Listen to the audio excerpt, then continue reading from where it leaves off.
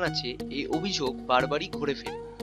বলা হয় কোনো এক অভিনেতাকে হারাতে আর একজন নাকি পয়সা দিয়ে ট্রফি কেনেন।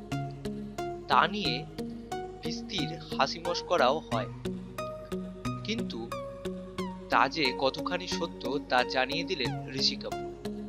আত্মজীবনীতে সাফ করে বলেন, অমিতাভকে হারাতে পয়সা দিয়ে ট্রফি কিনেছেন তিনি। অমিতাভের জঞ্জির এবং ঋষি কাপুরের ববি মুক্তি পেয়েছিল একই বছর। দুটি ছবিই ছিল সুপারহিট। এক বিখ্যাত পত্রিকার বিচারে সেরা অভিনেতার ট্রফি সেবার কেউই জিততে পারেনি।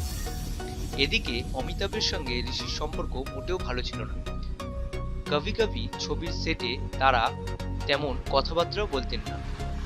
কোনো ছবিতেই অমিতাভ নাকি তার সহ অভিনেতাদের সঙ্গে কথা তেমন ভাবে বলতেন না, যা না পছন্দ ছিল ঋষির। এছাড়া একই সময়ে দুজন অভিনেতা হলেও যেভাবে অমিতাভের সঙ্গে ক্রমাগত তুলনা চলত, তাতে বিরক্ত হতেন তিনি। এইরকম বিরক্তি তার আবেগেই ঋষির কাছে প্রস্তাব আসে, যদি 30,000 টাকা দেওয়া হয় তবে সেরা অভিনেতার ট্রফি তাকেই দেওয়া হবে। ঋষির সেক্রেটারিও তাতে সায় দেন। টাকা দিয়ে সেবার পুরস্কার কিনেছিলেন ঋষি।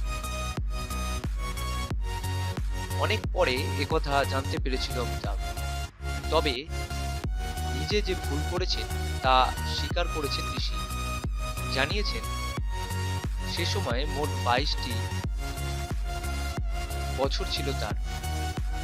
ভুল করেছেন তিনি, তা বোঝার জন্য বয়স তার খুব কম ছিল। শুধু নামের জন্যই তিনি একাজ করেছেন। তবে যেভাবে তিনি সেদিনকার কথা স্বীকার করলেন, তাতে তার সাহস ও সততার প্রশংসা চতুর্দিকে।